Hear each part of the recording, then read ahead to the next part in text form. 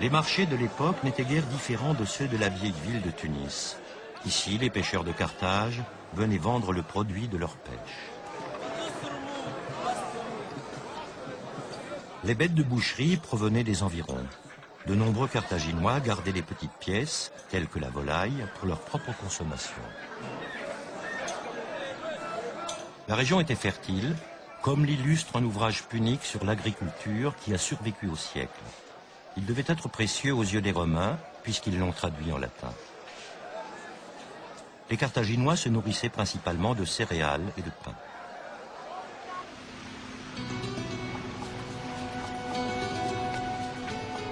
Mais ils vivaient essentiellement de la mer. C'est grâce à elle qu'ils connaissaient une telle prospérité. Une puissante flotte de guerre protégeait les navires marchands. Ces galères étaient réputées et craintes.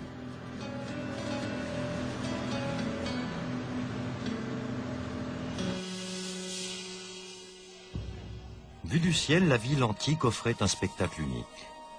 Pour protéger leur flotte, les Carthaginois avaient aménagé un double port artificiel. Ce bassin circulaire abritait les bâtiments militaires. De ce port, il ne reste aujourd'hui que quelques pans de murs et le bassin de forme arrondie.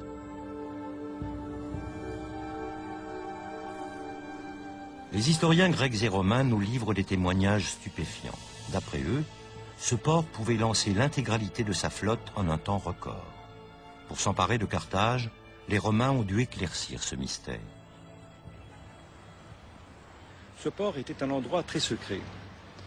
Comme il y avait plusieurs et beaucoup d'étrangers qui étaient à Carthage, les Carthaginois l'avaient entouré d'un grand mur pour empêcher que les regards indiscrets ne voient ce qui se passait dedans. Ils ne pouvaient compter, par exemple, le nombre de navires qui étaient ici en réparation. C'était donc un endroit particulièrement protégé et secret de la ville.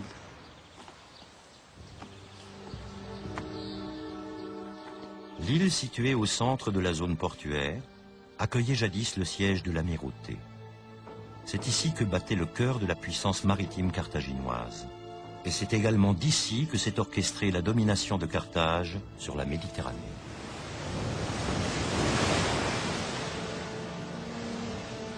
Les vaisseaux de guerre protégeaient les voies maritimes et les installations commerciales contre les pirates, mais n'hésitaient pas non plus à dévaliser les autres navires. La suprématie de la flotte carthaginoise n'était pas due à ses navires, mais à ses rameurs et au talent de ses capitaines.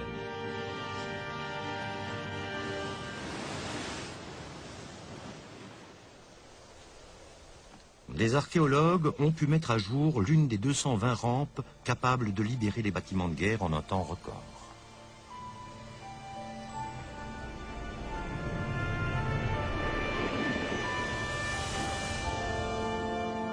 Mais il ne s'agit là que d'une infime partie du secret de ce port très sophistiqué.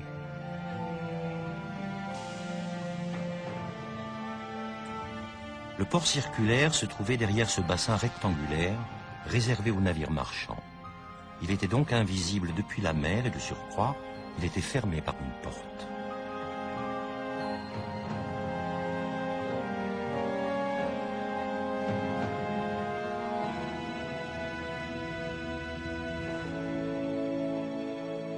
Magon est parti depuis plusieurs mois.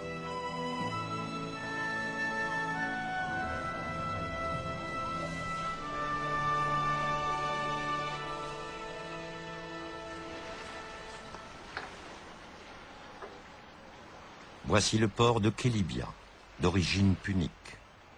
Ici, on trouve encore certains de ces immenses navires en bois qui ont régné sur la Méditerranée.